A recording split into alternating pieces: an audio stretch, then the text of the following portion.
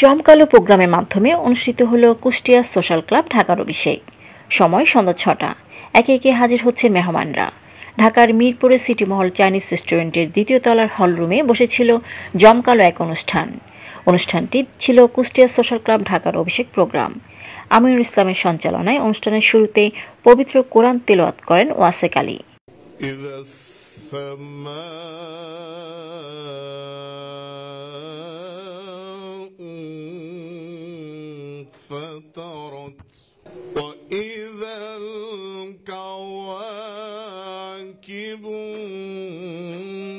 এরপর শুভেচ্ছা বক্তব্য দেন ক্লাবের সাধারণ সম্পাদক ও সাবেক ছাত্রনেতা শহীদুল ইসলাম ভিপি শহীদ। আমি বক্তব্য দিব না, বক্তব্য শুনবো। আমাদের সম্মানিত অতিথিবৃন্দ দিক নির্দেশনামূলক এবং আমাদের আগামী দিনের পথ চলার উপরে দিক নির্দেশনামূলক বক্তব্য দেবেন।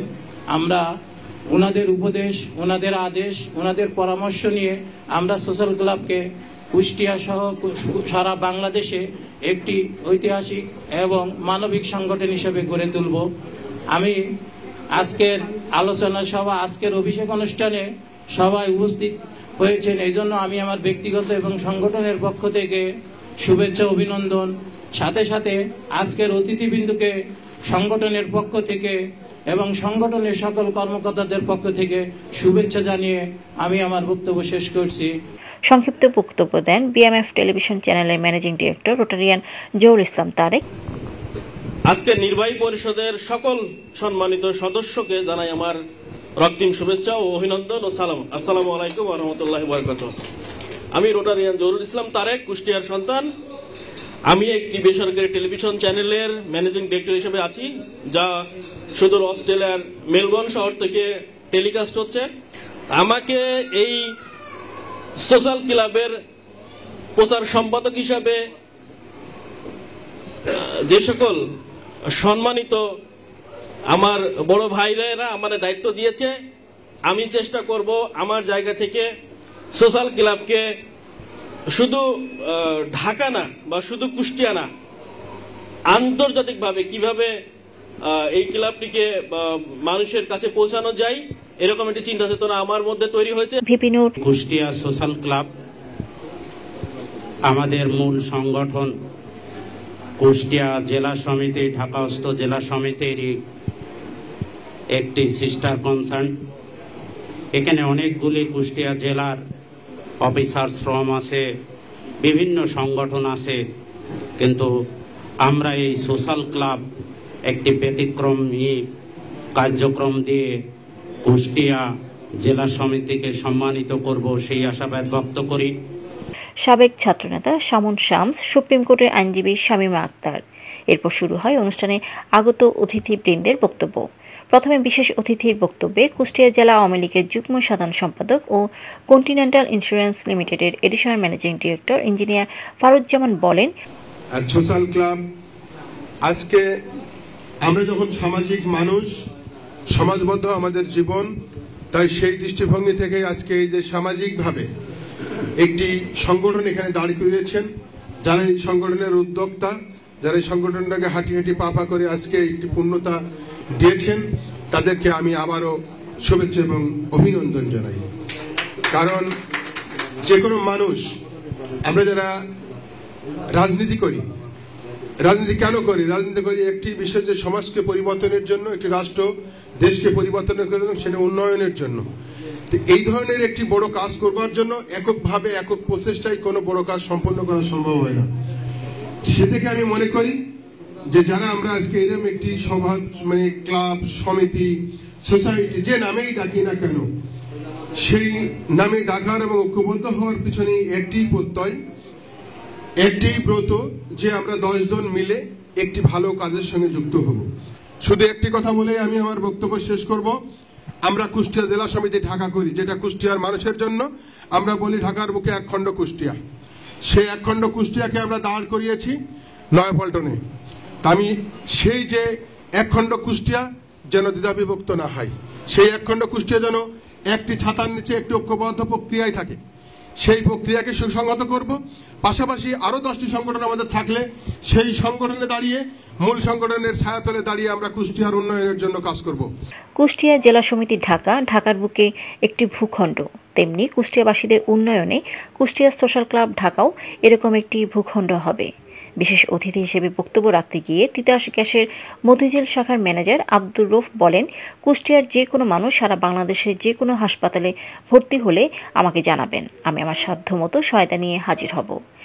আমি এই সমিতির অভিষেক অনুষ্ঠান থেকে আজকে ঘোষণা দিচ্ছি, কুষ্টিয়ার যে কোনো রোগী, বিশেষ করে অসহায়, যে কোনো হাসপাতালে থাকলেই অন্ততপক্ষে আপনারাও গ্রামে বলে দেবেন, আমাকে ফোন করলে আমি আমাদের 10 টাকা সাহায্য নিয়ে হলেও আমি সেখানে যাব এবং ওইখানকার ডাক্তারদের বলবো, ম্যাক্সিমাম যে কোনো প্রতিষ্ঠানে আমাদের গেটার কুষ্টিয়া অফিসার্স ফোরাম আছে, কুষ্টিয়া জেলা সমিতি আছে, বিভিন্ন উপজেলা সমিতি আছে, কেউ না কেউ ওখানে আছে, তাদের আমি নিজে যাব, সবার সহযোগিতা নিয়ে 2-4টা টাকা নিয়ে যাব এবং তাদের সহযোগিতা করব।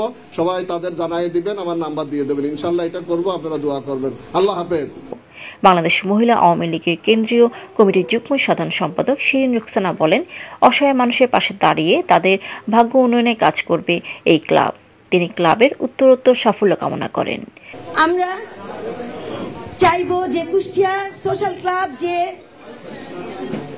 আদর্শ নিয়ে, যে ইচ্ছা নিয়ে প্রতিষ্ঠিত হয়েছে, অসহায় শোষিত দারিদ্র মানুষের পাশে, যে কুষ্টিয়ার যে সমস্ত মানুষ আছে তাদের পাশে দাঁড়াবে। আজকে যারা এই সমিতিতে, এই ক্লাবে অভিষিক্ত হবেন, এই ক্লাবের নির্বাহী সদস্যবৃন্দকে বলবো, আপনারা আপনাদের সাহায্যের হাত বাড়িয়ে দিবেন কুষ্টিয়াবাসীর জন্য, পাশাপাশি সকল মানুষের জন্য আপনারা সহযোগিতার কাজ করবেন। বিশিষ্ট চক্ষু বিশেষজ্ঞ ডাক্তার মঈন আহমেদ বলেন, নামে কোনো কাজ আসে না, কাজ করতে হবে। কুষ্টিয়ার উন্নয়নে এই ক্লাব যথাযথ ভূমিকা পালন করবে, সেটা আমি আশা করি। নামে কি বা আসে যায়, এই মনোবৃত্তি যাদের ভিতরে আছে, আমি মনে করি কুষ্টিয়া সোশ্যাল ক্লাব তাদের জন্য একটা উপযুক্ত কর্মক্ষেত্র। আসলে বেশ কিছু আলোচনা হয়েছে যে কুষ্টিয়া সমিতির সাথে এটা সাংঘর্ষিক হবে কিনা। না, এটা ভাবার কোনো কারণ নাই, কারণ প্রতিটি রাজনৈতিক দলে দেখবেন একটা ছোট ছোট অঙ্গ সংগঠন থাকে। প্রধান আলোচক হিসেবে বক্তব্য রাখতে গিয়ে ক্লাবের প্রধান উপদেষ্টা, সাবেক ছাত্রনেতা, লেখক, কলামিস্ট জামির ইসলাম বলেন, রাধা বিনোদ পালের মতো যে মানুষের জন্ম কুষ্টিয়াতে, যাকে এখনো জাপানিরা মনে প্রাণে ধারণ করে, আমরা সেই ভূখণ্ডের জনগণ। আজকের এই যুগটা হচ্ছে তথ্যপতির হাতে, যার হাতে যত বেশি ইনফরমেশন সে তত বেশি পাওয়ারফুল, লাইক বিল গেটস, জোকারবার্গস। আজকের এই ইনফরমেশন ট্রান্সমিশন বা অ্যামং দ্য পিপল, এটা আমাদেরকে ছড়িয়ে দেওয়া, বোঝায় দেওয়া, অ্যাওয়ারনেস ডেভেলপ করা, এই কাজগুলো আমাদের। যদি এই ক্লাব বা এই ক্লাবের যদি কোনো প্রোডাক্টিভিটি না থাকে, তাহলে কিন্তু ক্লাবটা চলতে পারবে না। কারণ আপনি আপনার মূল্যবান সময় করে এখানে আসবেন না, আপনি দেখতে চান যে ক্লাব কি কাজ করতেছে, ক্লাবের প্রোডাক্টিভিটি কি। ক্লাবের প্রোডাক্টিভিটি যেমন রূপ ভাই বলেছেন, যদি কেউ অসুস্থ হয়ে হাসপাতালে আসে, আমাকে আপনারা বলবেন 10টা টাকা নিয়ে হলো আমি তার পাশে যাব। এইটা যদি আমরা দেখতে পাই তাহলে মনে করি এটা একটা প্রোডাক্ট, আমরা দেখলাম চোখের সামনে যে একটা ঘটনা ঘটলো। ইবনে বতুতা বলে গেছেন তার কিতাবুল ইবারের মধ্যে যে প্রাচ্য দেশীয় লোক স্বভাবতই অলস হয়, তাহারা দুপুরবেলা দিবা নিদ্রা যায়, গামছা বাবলা গাছের তলে গামছা পাতিয়া নিদ্রা যায়। এখন চেঞ্জ যতই হয়েছে, রক্তে তো আছে, গামছা পাতিয়া নিদ্রা যাবার অভ্যাস কি আমাদের চলে গেছে? যাই নাই তো। প্রধান অতিথির বক্তব্য রাখতে গিয়ে জগন্নাথ বিশ্ববিদ্যালয়ের দর্শন বিভাগের চেয়ারম্যান প্রফেসর তৌহিদুল ইসলাম বলেন, মানুষ বলে ইংরেজি শিখতে হলে মেক্সিকো যান, আর বাংলা শিখতে হলে কুষ্টিয়া যান।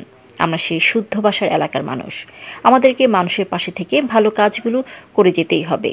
অনুষ্ঠানের সভাপতি ও ক্লাবের সম্মানিত সভাপতি যুদ্ধাহত বীর মুক্তিযোদ্ধা জয়নাল আবেদিন সকলকে শুভেচ্ছা ও অভিনন্দন জানিয়ে বলেন, আজকে কুষ্টিয়া সোশ্যাল ক্লাবের দায়িত্ব নিলাম আমরা স্ব জায়গা থেকে ক্লাবের উন্নয়নে কাজ করে যাব।